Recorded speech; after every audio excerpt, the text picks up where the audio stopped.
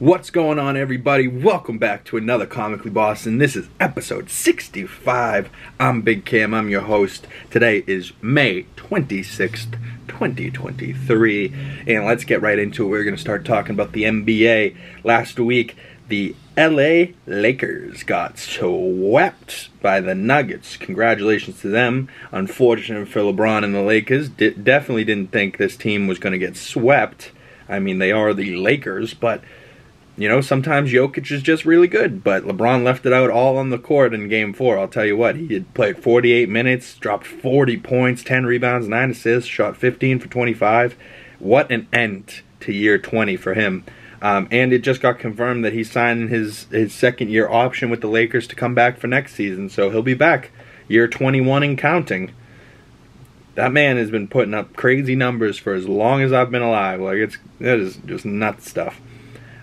Tuesday night, the Celtics were down 3-0, and they had a chance to get swept by the Miami Heat, but we are not the LA Lakers. We are the Boston Celtics, so we do not get swept in Game 4. We win 116-99. Jason Tatum had 34, 11 rebounds, 7 assists, 2 blocks, filling up the stat sheet.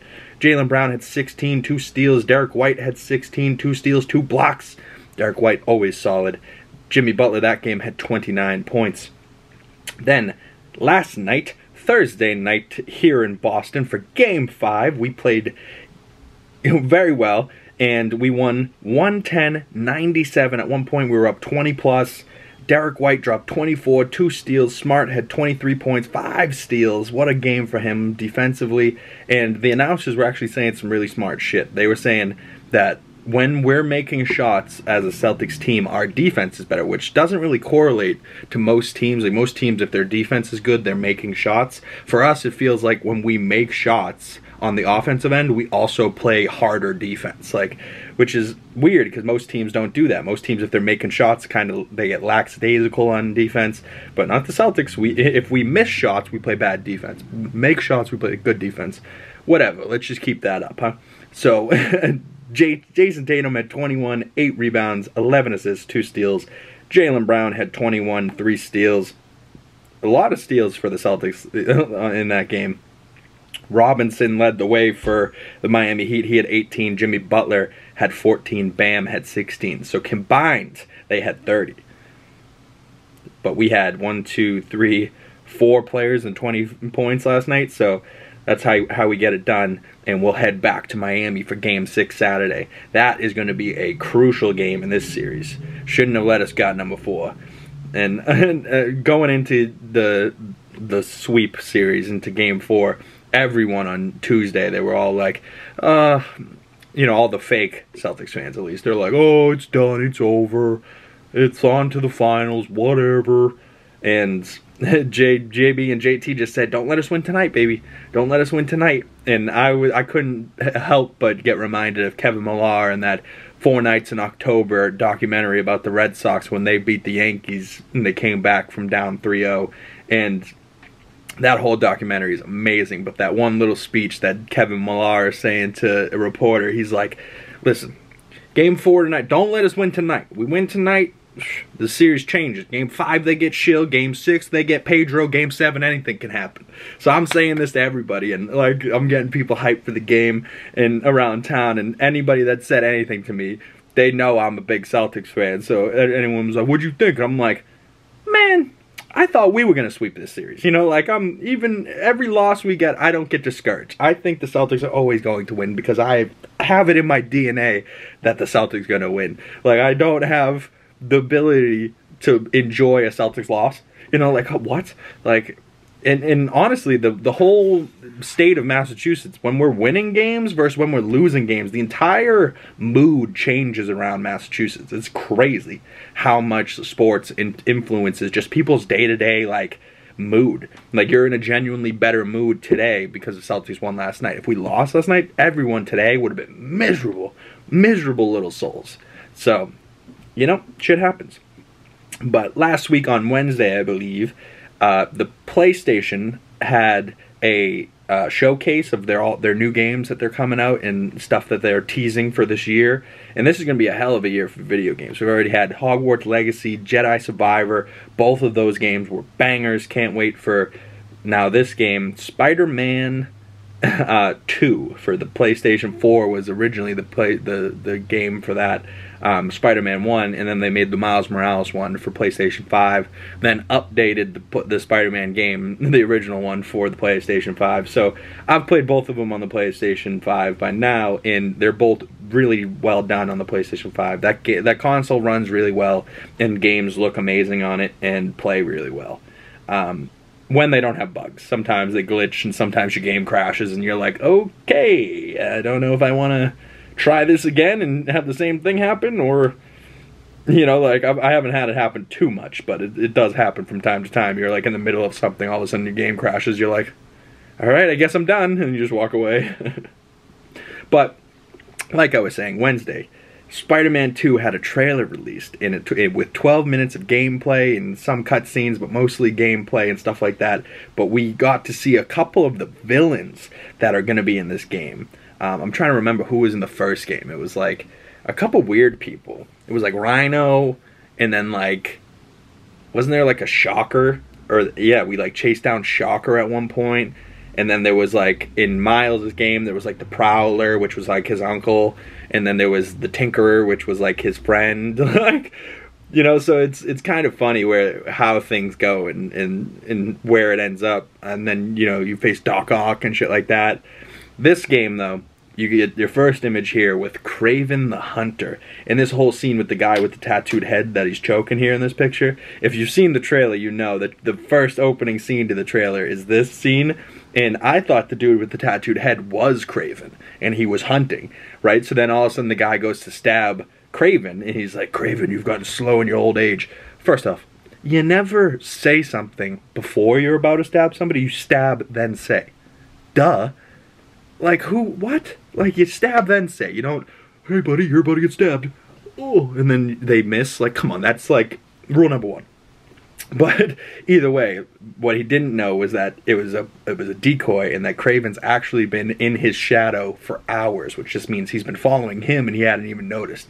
He goes, this is a fate, right? So the guy said, you've gotten slow in your old age, and Kraven's first line is, this is a fate that you will not feel the same of. And Kraven's, you know, doesn't look like Aaron Taylor Johnson, which is probably a good thing, but he does look pretty freaking menacing. He's got like his mane, he's got like a skull on his shoulder, he's big, he's jacked, he's got that accent. He looks real good. And then we cut, right after that cutscene, to black-suited Spider-Man getting called the Beast, and they're like hunting down the Beast, and it just so happens that he's got the Venom suit on him. So I hope this isn't the actual first 12 minutes of gameplay, and that we get more of an explanation of how the hell this black suit got on Spider-Man. You know, like, it just feels a little weird, but we see him here doing an attack to a vehicle with the web shooting powers. I think his suit looks pretty freaking good here. And then here's this next one with him and Miles. You can see the black suit with Miles' black suit. You go, Miles is the black and red classic, but this black and white Venom suit looks extra mean right now. And it just so, like, it looks so good. Like, I don't know why it looks so good, but it does. This next image, you can see he's doing a four-way attack with his Venom powers. So it's going to be similar attacks to the last game, I think, but we're just going to switch it up, and we're going to be able to switch back and forth between Miles and Pete, and we're going to get some Venom powered, you know, things. And then I'm pretty sure they actually called Miles' powers like Venom Punch or something. So I wonder if they'll change it, because Venom is the black goose. So I wonder if it's just like his ability, like it's Miles' abilities. I'm curious to see, because they did change his colors from orange like lightning when he punches people to blue. So I'm curious to see why that is, and why maybe it's blue because the Into the Spider-Verse movie, you know, it's like similar to that. Who knows? Who knows? But here's one more image we got of Dr. Connors, the lizard. He's kind of in motion, so his face is a little blurry, but he's, you know, action swiping at Miles here. And the lizard from the promo footage that they showed, he looks huge. So I'm excited to see new villains and new people in this game. This is Kraven. You can see his tooth necklace, his hairy chest. He's got this lion mane, and on his jacket here, you can see like 2 yellow, almost looks like panther eyeballs, but it, you know, obviously from the comic book suit, it's like a lion's thing. I think the actual outfit from the comic books, they're gonna make Aaron Taylor Johnson wear in his Kraven movie coming out with Sony, which I have high hopes for. It sounds pretty decent. But they switched him up a little bit, but I think he still looks pretty good. He's got a man bun, he looks mean, he's got the accent. Yeah, looks good. And then just one more look here at the black suited Spider-Man. Ooh, just how glossy and like, but there's like certain parts on like his biceps and his neck are like the venom like trying to like attach itself, you know what I mean? Like certain parts of this looks awesome. Like just all the different little details, but how smooth, and yet the white looks, oh man. Black suited Spider-Man looks just like the comic accurate black suit Spider-Man 2, which I read that book recently, and I actually bought the book, Spider-Man 500 or whatever. It's gotta be around somewhere, but it has the black suit Spider-Man on it. It's when he like gets his black suit, and it's a good book. Definitely recommend. But I think that's it for today's episode. Check out the trailer for that Spider-Man if you haven't. Comment below, what are you most excited for? What have you heard about that game? How are the other villains? What do you think is going to happen in that game? Have you played the Miles Morales game? Have you played the OG Spider-Man game? Comment below, let me know. Or you can @ me on Twitter @BigCam, YouTube, or you can hit me up on Instagram @ComicallyBoston. I also have a Letterboxd. You can search me @BigCam or Cameron Carmichael, and that will come up, and you'll see what movies I've watched this year. I'm going to probably go check out the movies this weekend. Go see The Machine for Bert Kreischer. Maybe see Fast X. Maybe go see Sebastian's movie. Who knows?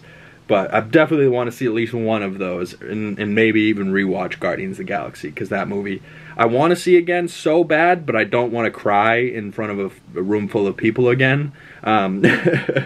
Unwillingly, like involuntary, just like soaking wet. I'm like looking over at Lingo and my buddy in the theater with me. I'm like, dude, I'm dying right now. He goes, I know, I can see that. I'm like, dude, how are you not dying? Like, he shed maybe a tear or two. I shed many tears, so it was bad. But Guardians is a great movie. The Succession season finales this week. I'm 3.5 seasons in. I've been binging that show while I built some Legos and shit like that. So I've been doing my thing, and the Power season finale is today, so I cannot wait to watch that. That season's been so good. Power, Book 2, Ghost. Go check out the season finale if you haven't. Get back to me. Tell me what you thought. I think it's amazing. And one more thing, because I've been doing Lego videos every Saturday, might as well talk about this right now. There is a new Lego set that Lego just announced from the Spider-Man No Way Home movie. And it's the final battle that they have on the Statue of Liberty, but it's bronze, it's not gold. And you can see that it's going to be 900 pieces. And just, this is a quick image where you see Doctor Strange, you see Ned with a cloak, you see Green Goblin, you see R. Peter, Toby Peter, Andrew Peter, then you see Zendaya's character, you see Doc Ock, you see Lightning Boy there, Jamie Foxx. Who else was there? Lizard was there. I wonder if Lizard's in this set. And then, who else was there? Lizard and Sandman. I wonder if they're going to be around, so we'll see. But if we get just those guys, it's good enough for me. But I'm definitely going to have to get that set. You can see the Legos behind me. I'm a big Marvel guy. And Spider-Man has always been one of my favorite characters. And this Spider-Man No Way Home is one of the only movies I've rated on as a 5-star movie in the recent years. And one of the only movies I can think of, like, I can't think of something wrong with it. Obviously, they could have done some different things. But that movie did everything it wanted to do. It was the capper of a trilogy for Tom Holland's Spider-Man. It was a capper for Andrew Garfield's Spider-Man, and then it was also like a tribute to Tobey Maguire for paving the roads Spider-Man. You know what I mean? Like, in getting all of them together in the way they did it, and how seamlessly that worked, and how beautiful that movie was. Even though they kill Aunt May, that shit's sad as fuck, and then the next scene he gives you, like, Tobey and Andrew. So, like, you go from crying to laughing and being so excited, like, within a moment. Like, they did a great job on that. Shout out Tom Holland, shout out John Watts, Marvel Studios. They did a great job. But comment below if you're gonna go get this Lego set. I know I probably will. And stay tuned to this Saturday. There'll be another Lego video and a bunch of Lego videos coming forward every Saturday. So stay tuned for that, and I'll see you guys in the next video. Peace. Peace. I'll see you Monday. Go Celtics. Woo!